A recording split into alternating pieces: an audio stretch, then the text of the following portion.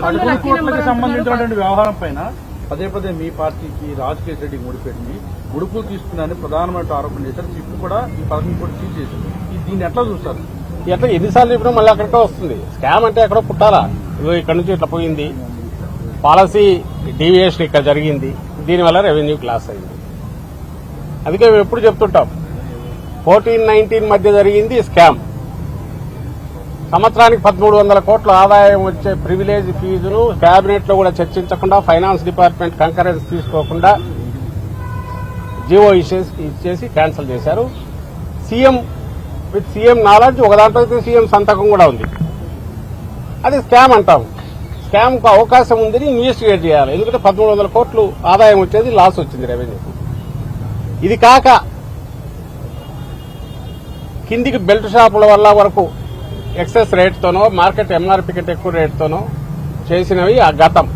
ఇప్పుడైతే ఇక అడ్డగోలుగా మీరే చూస్తున్నారు, మార్జిన్ సరిపోదని నోటిఫికేషన్లో లేని తర్వాత పెంచారు. ఇంకా అలాగే బెల్ట్ షాపులు ఎట్లున్నాయో మీకు తెలుసు, ఎక్కడెక్కడ ఉన్నాయనేది. పర్మిట్ రూమ్లు ఎట్లున్నాయో మీకు తెలుసు.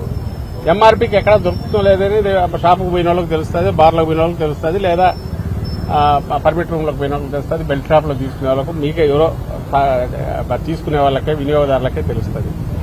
ప్రత్యేకంగా చెప్పాల్సిన అవసరం లేదు. కొన్ని రెవెన్యూ ఏమైనా పెరిగిందా నీ పాలసీ వల్ల? జగన్మోహన్ రెడ్డి గారి హయాంలోనే రెవెన్యూ ఎక్కువ ఉంది. ఇప్పుడు అంతా చేస్తే 10%. నువ్వు ఇంత చేసి నువ్వేమంటున్నావు? అప్పుడు రెవెన్యూ లాస్ అంటున్నావు.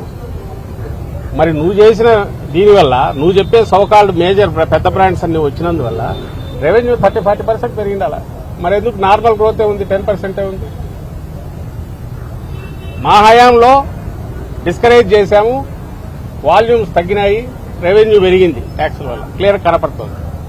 నీ హయాంలో వాల్యూమ్స్ ఇబ్బడిముబ్బడిగా పెంచినావు, రెవెన్యూ పెరగాలి అనుకున్నట్టు. షాపులు కింది వరకు తీసుకెళ్లావు, ఇండ్లలో పెట్టండి ఒకటే, డోర్ డెలివరీ కూడా అంటున్నారు మీ స్విగ్గీలో ఇట్లా వాటి ద్వారా. ఊర్లలో అయితే డోర్ డెలివరీ చేస్తున్నారు అంటున్నారు. బలవంతంగా తాపించమని టార్గెట్స్ పెడుతున్నారు. మరి ఎందుకు పెరగలే? ఇవన్నీ ప్రజలు ఆలోచించాలి కొంచెం. ఇప్పుడు ఈ రోజు ఎవరో అదే అంటున్నారు కదా, ఎక్కడో పట్టుబడింది. ఎవరిది అది? అతనికి సంబంధించి అతని బిజినెస్ ఉన్నాయి, అతని దగ్గర నుంచి ఏమైనా స్టేట్మెంట్ వచ్చిందా? వచ్చింటే ఏమైంది? వీళ్లే అతన్ని ఏవన్గా ఉన్న రాజకేష్ రెడ్డిని తను చాలా బ్రహ్మాండమైన వ్యూహకర్త, డాన్ అని లెవెల్లో ఉన్నప్పుడు తలకాయ ఉండేవాడు. నువ్వు ఎన్నికలు అయిపోయిన రోజు నుంచి నువ్వు ఈ స్కామ్ ఉంది మేము ఇది చేస్తాం అది చేస్తాం అన్నప్పుడు, ఎన్నికలు అయిపోయి అతను అరెస్ట్ అయింది 90 రోజుల ముందు. అన్ని రోజులు అక్కడే పెట్టుకుని కూర్చుంటాడా? 11 కోట్లు ఇది చేయడం అది పెద్ద కష్టం.